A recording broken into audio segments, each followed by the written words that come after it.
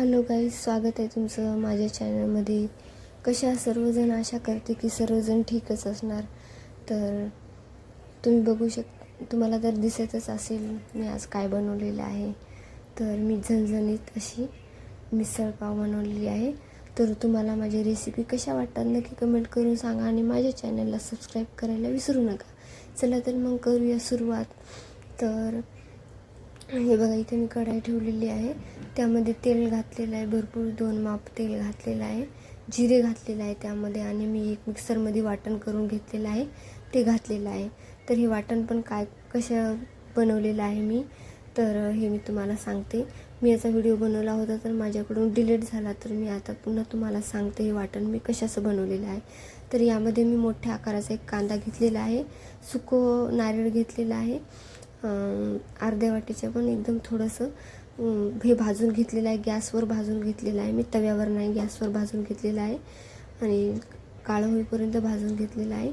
आणि पुन्हा हे मिक्सरमध्ये हे कांदा आणि सुकं खोबरं आणि लसूण, अद्रक, कोथिंबीर थोडीशी आणि अर्धा टोमॅटो हे सगळं मिक्सरमध्ये पिसलेला हा पेस्ट आहे. तर बघा, मसाले घातलेले आहेत मी, मिरची पावडर, हळदी आणि हा मसाला घातलेला आहे, मिसळ मसाला. तर जास्त काही मसाले घातलेले नाहीत मी, ते दळलेला मसाला आणि हे मसाले घातलेले आहेत. मिरची पावडर तिखट आहे म्हणून मी थोडंसंच घातलेलं आहे, एका चमच्याला पण थोडंसं कमी घातलेलं ना. हळदी पावडर थोडंसं घातले आणि हा मसाला घातलेला आहे, मिसळ मसाला. हा मसाला पण मी अर्ध्यातला अर्धा टाकलेला आहे. तर खूप छान टेस्टी भाजी बनते या मसाल्याने, पण तुम्ही एकदा नक्की ट्राय करून बघा. आणि हे बघा, आपल्या मसाल्यामध्ये छान हलवत राहायचं आहे, तेल सुटेपर्यंत छान भाजून घ्यायचा आहे मसाला. आपल्याला मसाला छान भाजला ना तरच मिसळला खूप छान टेस्ट येते. त्यामुळे मसाला पण छान असा भाजून घ्यायचा आहे आपल्याला, तेल सुटेपर्यंत सगळा एक जीव मसाला होईपर्यंत आपल्याला भाजून घ्यायचा आहे. यामध्ये मीठ पण घालायचं आहे चवीनुसार. तर तुमच्या आवडीनुसार तुम्ही तिखट आणि मीठ आवडीनुसार तुम्ही टाकू शकता. इथे मी मिरची पावडर एका चम्मचला पण थोडंसं कमीच घातलेलं आहे, कारण की हा तिखट आम्ही घरी स्वतः दळतो ना, त्यामुळे तो तिखट आहे, त्यामुळे मी घातलेला आहे. कलरचा नाही आहे, कलरचा अजिबात नाही आहे मिरची पावडर. तर अशा पद्धतीने हे बघा, इथे मी मटकी थोडंसं मीठ आणि हळद घालून शिजवून घेतलेली आहे, तेल टाकून थोडंसं फोडणी घालून शिजवून घेतलेली आहे, थोडीशी हलकीशी 10-15 मिनटं. तर अशा पद्धतीने केली ना छान तरी येते आणि छान टेस्टी बनते. तर हे बघू शकता तुम्ही, आपल्या मसाल्याला पण छान तेल सुटलेलं आहे. तर आता आपण यामध्ये टाकून घ्यायचं आहे. हे बघा, हे माझा पसारा बघा कसा पडलेला आहे, बघू शकता तुम्ही. तर या पसाऱ्याला इग्नोर करा तुम्ही. तर अशा पद्धतीने ना आपला मसाला आता बघा छान तेल सुटलेलं आहे मसाल्याला, मीठ पण घातलेलं आहे, बघू शकता तुम्ही. मी मटकीमध्ये पण अगोदर मीठ घातलेलं आहे ना, त्यामुळे मीठ जपूनच वापरायचं आहे. त्यामुळे मी थोडंच मीठ घातलेलं आहे. नंतर कमी पडलं तर आपण पुन्हा टाकू शकतो, नंतर जास्त झाल्याच्या नंतर आपण काय करू शकत नाही. तर बघू शकता तुम्ही कशी मस्त आपली तरी आलेली आहे, तेल सुटलेलं आहे मसाल्याला. अशाच पद्धतीने छान एक जीव मसाला होऊ द्यायचा आहे आणि नंतर असं मिक्स करत राहायचं आहे सारखं सारखं. तेव्हाच आपल्याला कळून जातो मसाला शिजला की एक जीव होतो. आणि मसाल्याला ना तेल सुटेपर्यंतच भाजू द्यायचा आहे छानपैकी, कारण की ना मसाला जास्त वेळ भाजू द्यायचा आहे, कारण की मसाला जर कच्चा राहिला ना तर कच्चापणा मिसळमध्ये पण कच्ची लागते आणि तरी पण छान सुटत नाही, तेल पण छान सुटत नाही. त्यामुळे अशा पद्धतीने भाजून घ्यायचा. आता आपण यामध्ये टाकणार आहे मटकी. तर अशा पद्धतीने मटकी टाकून घ्यायची आहे, छान मिक्स करायचं आहे.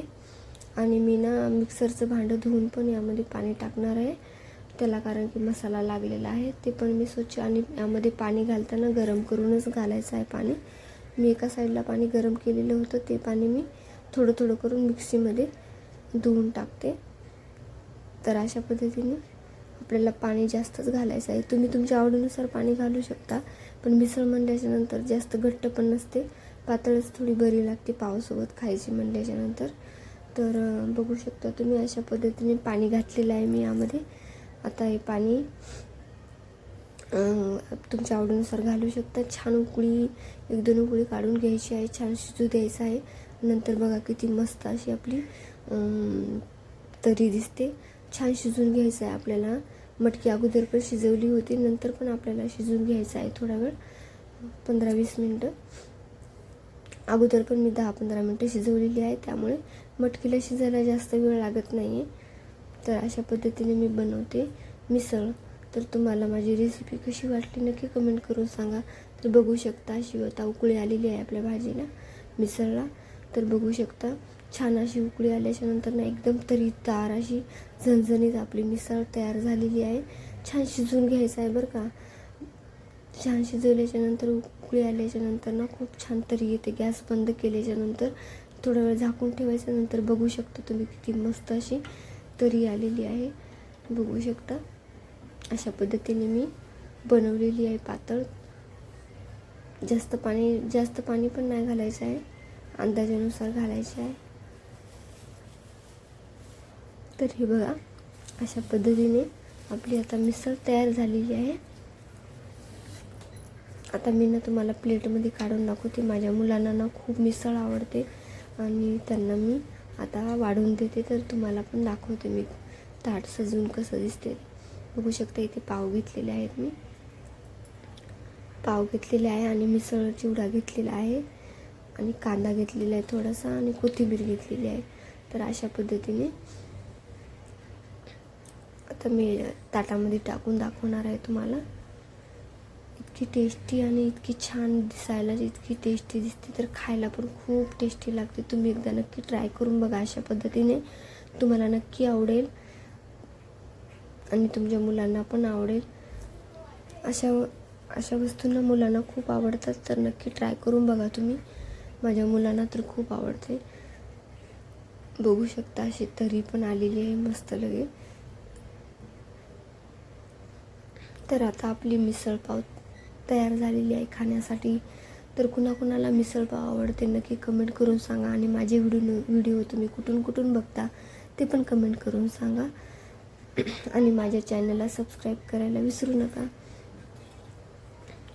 तर बघू शकता तुम्ही किती मस्त आपली मिसळ तयार झालेली आहे. आता यावर मी चिवडा टाकते. थोडासा चिवडा टाकायचा आहे, कांदा टाकायचा आहे आणि कोथिंबीर घालायची आहे. आणि नंतर बघा तुम्ही टेस्ट करून किती मस्त लागते. तर अशा पद्धतीने छान सजवून तुम्हाला दाखवलेलं आहे. तयार झालेलं आहे आता आपलं मिसळचं ताट. तर बघू शकता तुम्ही हॉटेलपेक्षा पण टेस्टी एकदम नंबर 1 अशी मिसळ बनते. तुम्ही घरच्या घरी बनवू शकता अशी मिसळ. त्याला काही जास्त वेळ पण लागत नाही, एकदम झटपट तयार होते आणि जास्त काही झंझट पण नाही यामध्ये, त्यामुळे पटकन तयार होते मिसळपाव. तर तुम्ही बनवू शकता. हॉटेलपेक्षा पण एकदम टेस्टी घरी बनवू शकता तुम्ही मिसळपाव. तर हे बघा किती मस्त आपली मिसळपाव तयार झालेली आहे. तर बघून कुणाकुणाच्या तोंडाला पाणी सुटलेलं आहे नक्की कमेंट करून सांगा. किती मस्त दिसत आहे बघू शकता तुम्ही. तर असेच माझे व्हिडिओ बघण्यासाठी माझ्या चॅनलला सबस्क्राईब करा. Bye bye.